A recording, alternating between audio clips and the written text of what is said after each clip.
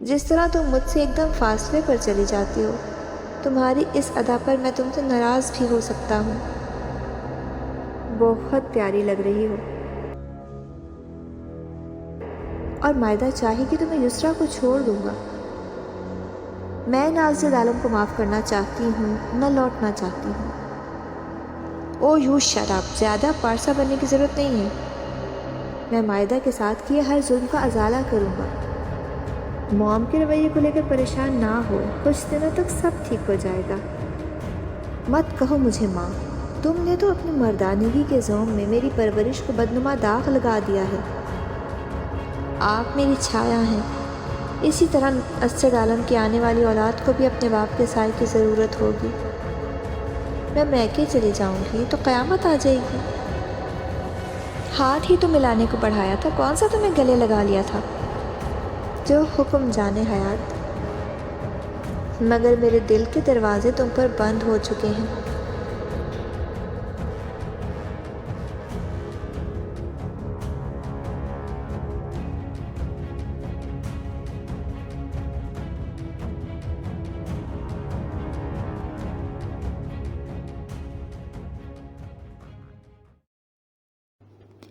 آپ سن رہے ہیں سعدیہ عابد کے ناول بند قبا کھلنے لگی جانا کی قسط نمبر 46۔ مجھے معاف کر دیں امی، میں بہت شرمندہ ہوں۔ وہ ماں کے سامنے رو پڑا تھا کہ اتنے لوگوں کی نفرت وہ سہ نہیں پا رہا تھا۔ مت کہو مجھے ماں، تم نے تو اپنی مردانگی کے زوم میں میری پرورش کو بدنما داغ لگا دیا ہے، کسی کے سامنے نظریں ملانے کے قابل نہیں چھوڑا۔ وہ بھی رونے لگی تھی۔ مائدہ سے صرف ایک بار میری بات کروا دے، میں اس کے پیر پکڑ کر معافی مانگ لوں گا۔ اس سے کہیں وہ مجھے جو چاہے سزا دے لے، بس طلاق کا خیال ذہن سے نکال دے۔ ایسا ہوا تو ابو بالکل ٹوٹ جائیں گے۔ میں ابو کو مزید اذیت نہیں دینا چاہتا۔ میں مائدہ کے ساتھ کیے ہر ظلم کا ازالہ کروں گا، اس کو عزت و مان بھری زندگی دوں گا۔ میں چاہتا تو نہیں، لیکن آپ سب اور مائدہ چاہے کہ تو میں یسریٰ کو چھوڑ دوں گا کہ میں اپنی خوشی کے لیے آپ سب کو بہت اذیتیں دے چکا، مگر اب نہیں۔ اپنی زندگی کی پہلی اور آخری خوشی کو اپنی زندگی سے بے دخل کر دوں گا۔ میں نادم ہوں، ہر حال میں اپنے کیے کا ازالہ چاہتا ہوں، اور اس کے لیے مجھے مائدہ کا ہر فیصلہ، ہر سزا قبول ہے۔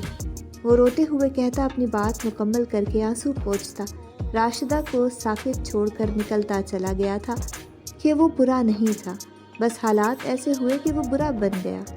مگر وہ جو کر چکا تھا اس کے بعد شرمندہ تھا، اذیت میں تھا، اور اس کے ازالے کی بھی راہ اس نے سوچ لی تھی، جبکہ یہ بھی جانتا تھا وہ یہ نہیں کر پائے گا کہ ایسا کر گیا تو جیتے جی مر جائے گا۔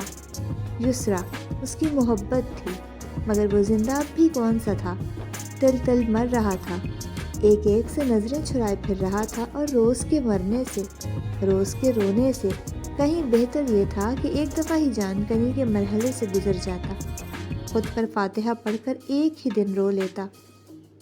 نوید عالم کے کمرے کے باہر وہ دیوار سے چپکا کھڑا تھا، اور اسجد بہت تیزی سے نکلا تھا، وگرنہ اس کو ضرور دیکھ لیتا، مگر وہ اس کے فیصلے پر حیران ہی نہیں، دکھی بھی تھا۔ وہ ایسا کچھ کرتا کہ ان میں سے کسی کو گوارا نہ تھا۔ وہ بہن سے بات کرنے کا ارادہ باندھتا باہر کے باہر ہی پلٹ گیا تھا۔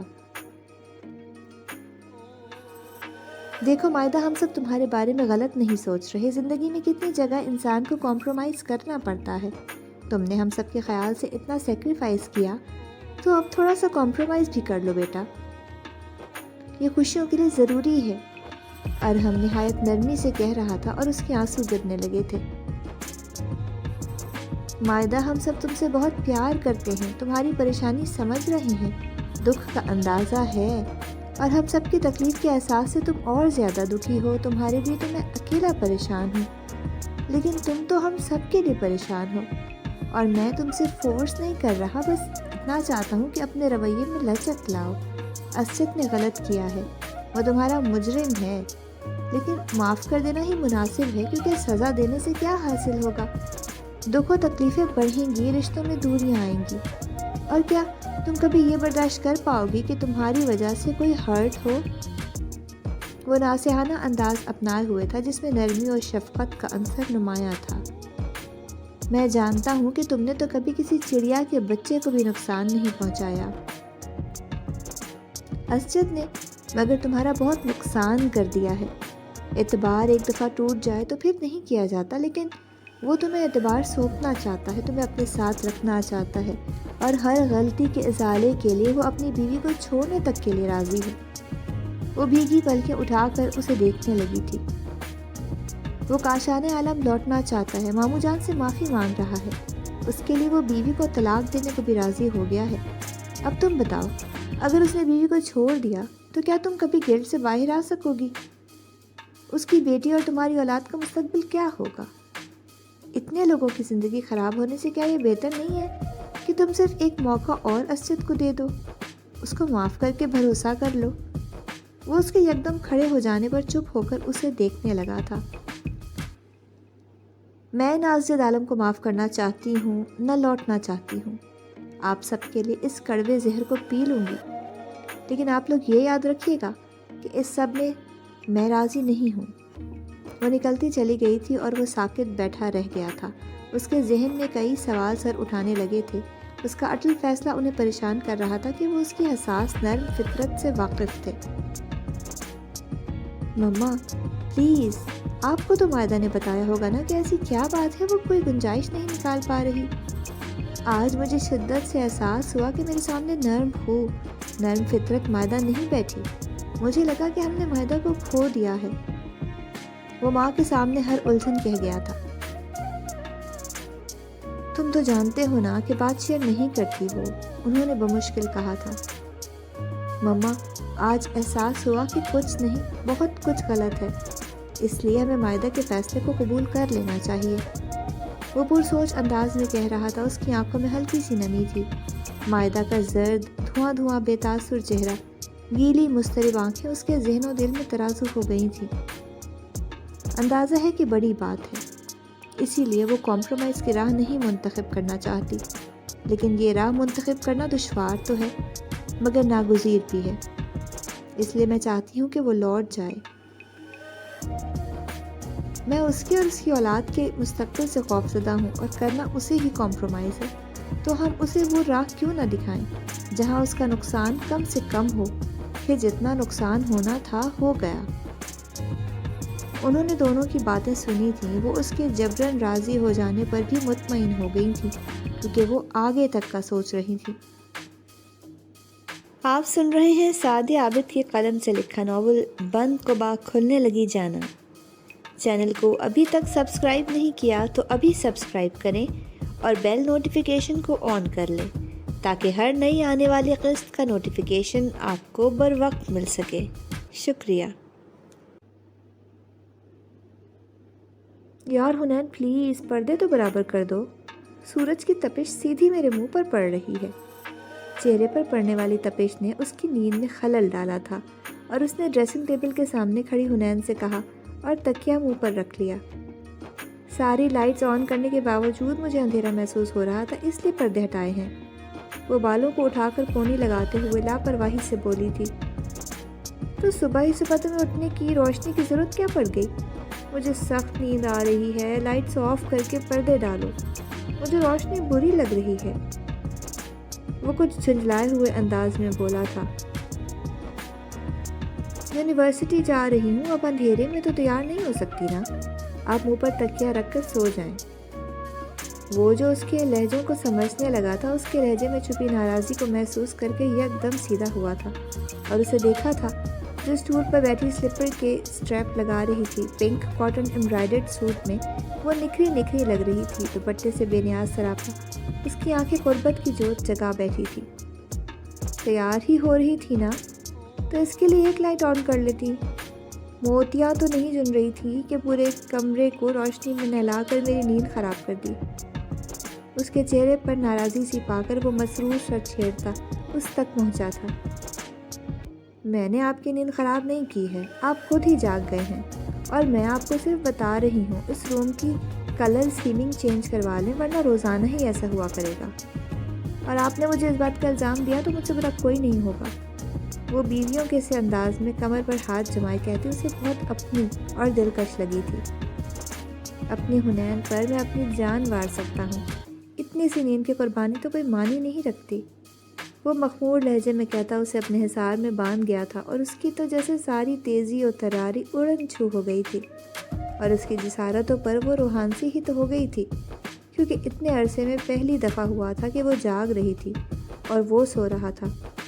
اس لیے اسے کچھ عجیب لگا تھا، اور اس نے لاشعوری کوشش سے اسے جگا دیا تھا، اور وہ جاگا تھا تو اس کی جان پر بن آئی تھی۔ پلیز لیو می، مجھے یونیورسٹی سے دیر ہو رہی ہے، وہ اس کے حصار میں گھری منمنائی تھی۔ آج جانے کی ضد نہ کرو کہ دل ابھی بھرا نہیں، وہ اس کے کان کی لو چومتا دھیمے سے گنگنایا تھا۔ میں اتنے دن بعد جا رہی ہوں، لیٹ ہو گئی تو ڈانٹ پڑے گی، پلیز جانے دیجیے نا۔ وہ اپنی سنا رہا تھا اور وہ اپنی کہہ رہی تھی۔ وہ اس کے حصار میں بندھا تھا اور وہ یونیورسٹی کو سوچ رہی تھی، مگر اس کا ارادہ اس کی سننے کا نہیں تھا کہ دروازہ بجا تھا۔ جہاں وہ بری طرح جھنجھلایا تھا، اس نے تو اس غیبی امداد پر پرسکون ہو کر سکون کا سانس لیا تھا کہ وہ اسے اپنے گرفت سے ایک جسارت کے بعد آزاد کر گیا تھا۔ کیا مسئلہ ہے؟ صبح ہی صبح کیوں نازل ہو گئی ہو؟ دروازہ کھولتے ہی ساری جھنجھلاہٹ غصے میں ملازمہ پر انڈیلی تھی۔ لاج بی بی چھوٹی بیگم صاحبہ کا ناشتے پر انتظار کر رہی ہیں، ثریا بیچاری منمنا کر بولی تھی۔ ثریا، آپ جا کر لاج سے کہو کہ میں آ رہی ہوں۔ اس نے استری اسٹینڈ سے دوپٹہ اٹھاتے ہوئے آواز لگائی تھی۔ مہلاج تو روزانہ ہی یونیورسٹی جاتی تھی، البتہ وہ شادی کے بعد آج پہلی دفعہ جا رہی تھی۔ ساری بات رات کو ہی طے ہو گئی تھی، اس لیے وہ 7:30 بجے تک بھی ڈائننگ ہال میں نہیں پہنچی تھی، تو مہلاج نے مجبوراً ملازمہ کو اسے بلانے بھیجا تھا۔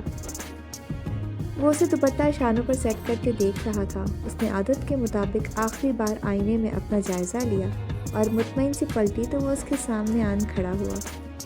پلیز ماہ کنان، آپ کوئی فضول حرکت نہیں کریں گے کہ مجھے دیر ہو رہی ہے؟ لاش میرا ویٹ کر رہی ہے۔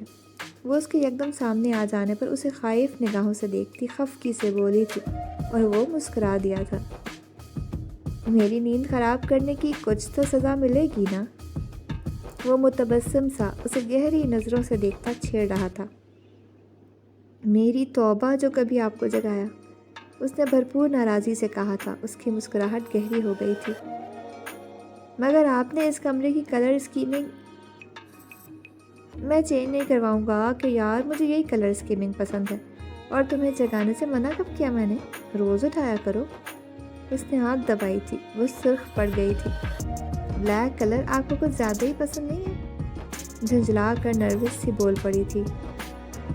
ایسی بھی بات نہیں ہے ڈیئر، کہ میرا ماننا تو یہ ہے کہ خوابگاہ کی کلر اسکیمنگ اس طرح کی ہی ہونی چاہیے کہ روشنی کا گزر کم سے کم ہو، کیونکہ اس طرح صبح کی کرن اور چاند کی روشنی بہت اٹریکٹ کرتی ہے، کہ اگر کمرے کے اندر پہلے ہی سے روشنی کا گزر ہوگا تو نہ صبح کی پہلی کرن متاثر کن ہوگی اور نہ ہی چمکتے چاند کی روشنی بھلی معلوم ہوگی۔ وہ بہکے بہکے انداز میں بولا تھا، اور وہ فاصلہ قائم کرتی بھاگنے کو پر توڑنے لگی تھی کہ اس نے متبسم انداز میں اس کی تعریف کی تھی۔ بہت پیاری لگ رہی ہو۔ وہ گلابی کاٹن کے سوٹ میں نکھری نکھری اس کے دل میں اتری جا رہی تھی، اور وہ اس کی تعریف پر جھینکتی کمرے سے ہی نکل آئی تھی۔ کل ہی وہ ہنی مون ٹرپ سے لوٹے تھے اور آج وہ جامعہ جانے کے لیے تیار تھی۔ اس کا موڈ آف نہ ہو اس لیے اس نے کچھ نہیں کہا تھا۔ ڈائننگ ہال میں اس کا پہلا ٹاکرا مہلکہ سے ہوا تھا، جو ایک سیمینار میں جانے کے سبب جلدی اٹھی تھی۔ اس کے سلام کے جواب میں ان کا سرد انداز اس کی کانچ سی آنکھوں میں نمی بھر گیا تھا۔ ماہ کنان نے بھی ماہ کی سرد مہری صاف محسوس کی تھی، مگر کچھ نہیں بولا تھا، مگر اس کی نم پلکیں اسے ڈسٹرب کر گئی تھیں۔ موم کے رویے کو لے کر پریشان نہ ہو، کچھ دنوں تک سب ٹھیک ہو جائے گا۔ ماں کی بے رخی کے ازالے کو مہلاج نرمی سے بولی تھی، اور وہ بدقت تمام مسکرا دی تھی۔ وہ ان دونوں کو جامعہ چھوڑ کر آفس چلا گیا تھا۔ چونکہ شادی کے بعد پہلی دفعہ گیا تھا، اس لیے اس کا دل ہی نہیں لگا تھا، اور اسی لیے وہ 4 بجے ہی گھر چلا آیا تھا، اور اب حیرانگی سے ماں کو دیکھ رہا تھا۔ ہاتھ ہی تو ملانے کو بڑھایا تھا، کون سا تمہیں گلے لگا لیا تھا جو تم وہاں سے بھاگ آئیں، اور اب ٹسرے بہا رہی ہو؟ ماہلکہ اس پر بگڑ رہی تھی کہ ان کے بزنس پارٹنر وحید عثمانی سے اس کا لابی میں ٹاکرا ہو گیا تھا، جنہوں نے پنک کاٹن کے سوٹ میں بے حد حسین حنین میں فوراً ہی دلچسپی دکھائی تھی اور انہوں نے مسکرا کر تعارف کروایا تھا، مگر ان کے مسافر کو پڑے ہاتھ کو وہ نظر انداز کرتی وہاں سے چلی گئی تھی، اور وہ اب وحید عثمانی کے سامنے ہونے والی سبکی کا احساس اس پر انڈیل رہی تھی۔ آنٹی، وہ انکل کتنی عجیب نگاہوں سے دیکھ رہے تھے اور میں ان سے ہاتھ کیوں ملاتی جب میں مردوں سے ہاتھ ملاتی ہی نہیں؟ وہ ان کے غصے سے خائف ہوتی روتے ہوئے بولی تھی۔ او یو شٹ اپ، زیادہ پارسا بننے کی ضرورت نہیں ہے۔ وہ غصے سے آؤٹ ہوتی اسے پیچھے کی جانب دھکیل گئی تھی۔ کنان نے اسے بروقت سہارا دے کر گرنے سے بچا لیا تھا اور اس کے چہرے کی سرخی صاف ظاہر کر رہی تھی کہ اس نے سب کچھ سن لیا ہے۔ موم، میں کسی کو بھی حنین سے اس طرح بات کرنے کی اجازت نہیں دوں گا۔ اس کا لہجہ سرد تھا اور کنان کو دیکھے بنا وہاں سے نکلتی چلی گئی تھی۔ اجازت؟ مائی فٹ! وہ بیٹے کو خونخوار نگاہوں سے گھورتی وہاں ٹھہری نہ تھی، اور جس وقت وہ غصے کو قابو کرتا کمرے میں پہنچا، وہ بیڈ پر چہرہ ہاتھوں میں چھپائے رو رہی تھی۔ موم کی طرف سے میں تم سے معافی چاہتا ہوں، پرومس، وہ اب تم سے اس طرح بات نہیں کریں گی۔ وہ اس کے برابر ٹکتا اس کے ہاتھ تھام گیا تھا۔ صبح آنٹی نے میرے سلام کا جواب نہیں دیا اور ابھی کتنی بری طرح ڈانٹا جبکہ میری کوئی غلطی بھی نہیں تھی۔ اس کے رونے میں شدت آ گئی تھی۔ وہ میری بڑی ہیں، مجھے ڈانٹنے کا حق رکھتی ہیں، مگر جب میری غلطی ہو، ان کا رویہ مجھے ہرٹ کر رہا ہے، وہ دکھ سے کہہ رہی تھی۔ اس نے نرمی سے اسے خود سے لگا لیا تھا۔ آپ سن رہے ہیں سعدیہ عابد کے قلم سے لکھا ناول بند کو باغ کھلنے لگی جانا۔ چینل کو ابھی تک سبسکرائب نہیں کیا تو ابھی سبسکرائب کریں اور بیل نوٹیفیکیشن کو آن کر لیں تاکہ ہر نئی آنے والی قسط کا نوٹیفیکیشن آپ کو بروقت مل سکے۔ شکریہ۔ رویہ تو تمہارا مجھے بھی ہرٹ کر رہا ہے، اور تمہیں موم کی ناراضی کی تو پرواہ ہے، میری پرواہ نہیں ہے۔ اس کا لہجہ بوجھل ہو گیا تھا، وہ بہت مسرور تھا، اسے اپنی چاہتوں کی اوس میں بھگو رہا تھا، مگر اس کی اداس سی خاموش و سرد انداز اسے بے چین ہی کیے رکھے تھے۔ تمہارے لیے تو صرف میری چاہتیں کافی ہو جانی چاہیے، اور جب میں تم سے خوش ہوں تو باقی سب کی ناراضی کی اہمیت ہی نہیں رہ جاتی، اس لیے سب کو بھول کر صرف مجھے یاد رکھو۔ اس کا لہجہ جذبوں سے مہک رہا تھا، وہ بے ساختہ ہی اس سے دور ہو گئی تھی۔ جس طرح تم مجھ سے ایک دم فاصلے پر چلی جاتی ہو، تمہاری اس ادا پر میں تم سے ناراض بھی ہو سکتا ہوں۔ وہ اس کے حیا سے لرزتے سراپے کو ایک بار پھر قریب کر گیا تھا۔ مجھے کسی روٹھے ہوئے کو منانا نہیں آتا، کیونکہ حرم بھیا اور زرمین آپ ہی مجھ سے کبھی روٹھے ہی نہیں، میں ہی ان سے ناراض ہوتی تھی اور وہ منا لیتے تھے۔ وہ اس کے سینے سے لگی منمنائی تھی، اور فسوں خیز لمحات نے کسی کا ذکر اسے گراں گزرا تھا۔ اور اگر جو میں روٹھ گیا تو مناؤ گی نہیں، ناراض ہی رہنے دو گی مجھے؟ اسے گرفت سے آزاد کیا تھا، مگر اس کے حسین چہرے پر ایک نہ سمجھ آنے والی الجھن دیکھ کر وہ ایک دم ہی بے اختیار سے سوال کر گیا تھا۔ آپ جانتے ہیں نا کہ مجھے منانا نہیں آتا، اس لیے آپ مجھ سے کبھی روٹھیے گا ہی نہیں۔ وہ اس کے حسین چہرے کو دیکھتے ہوئے اپنے طور پر سادہ سا حل پیش کر گئی تھی، اور وہ اس کے پرحجاب سے بھیگے چہرے کو دیکھ کر مبہوت رہ گیا تھا کہ شادی کے 1.5 ماہ بعد آج کوئی فرمائش کی تھی۔ جو حکم جانے حیات، وہ والہانہ انداز میں اسے خود سے لپٹا گیا تھا۔ وہ یوں ہی اس کی ہر بات مان کر باقی سب کی طرح اسے سر پر چڑھا رہا تھا۔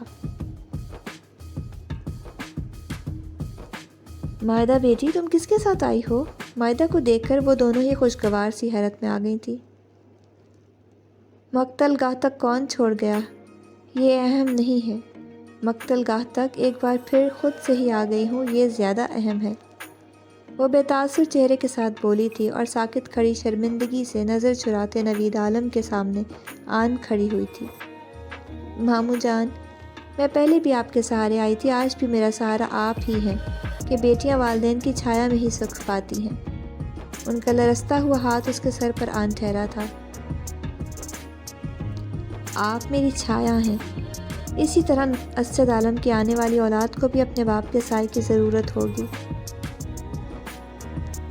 ان کو خوشگوار سی حیرت ہوئی تھی کہ ایسی کوئی خوشخبری ان کے علم میں نہ تھی، مگر دوسرے ہی پل وہ سبھی اس کے واپس آ جانے کا سبب سمجھ گئے تھے، اور بنا کہے بھی وہ جان گئے تھے کہ اس نے ایسا کیوں کہا۔ اسی لیے انہوں نے بھیگی آنکھوں سے اسجد کا نمبر ڈائل کیا تھا۔ مائدہ نہ چاہتے ہوئے بھی لوٹ آئی ہے، اس لیے تمہارے لیے کاشانہ عالم کے دروازے کھل گئے ہیں۔ بہت دنوں بعد باپ کی آواز سن کر اس کی آنکھوں سے آنسو گرنے لگے تھے۔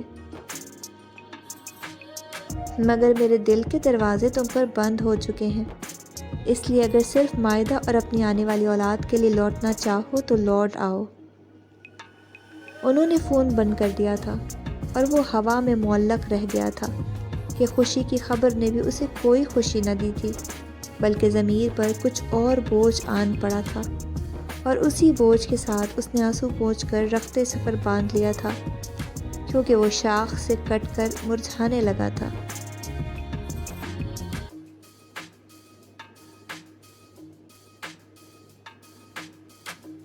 آپ صرف یہ بتائیے کہ مجھے لے جا رہے ہیں یا نہیں؟ وہ غصے میں تھی۔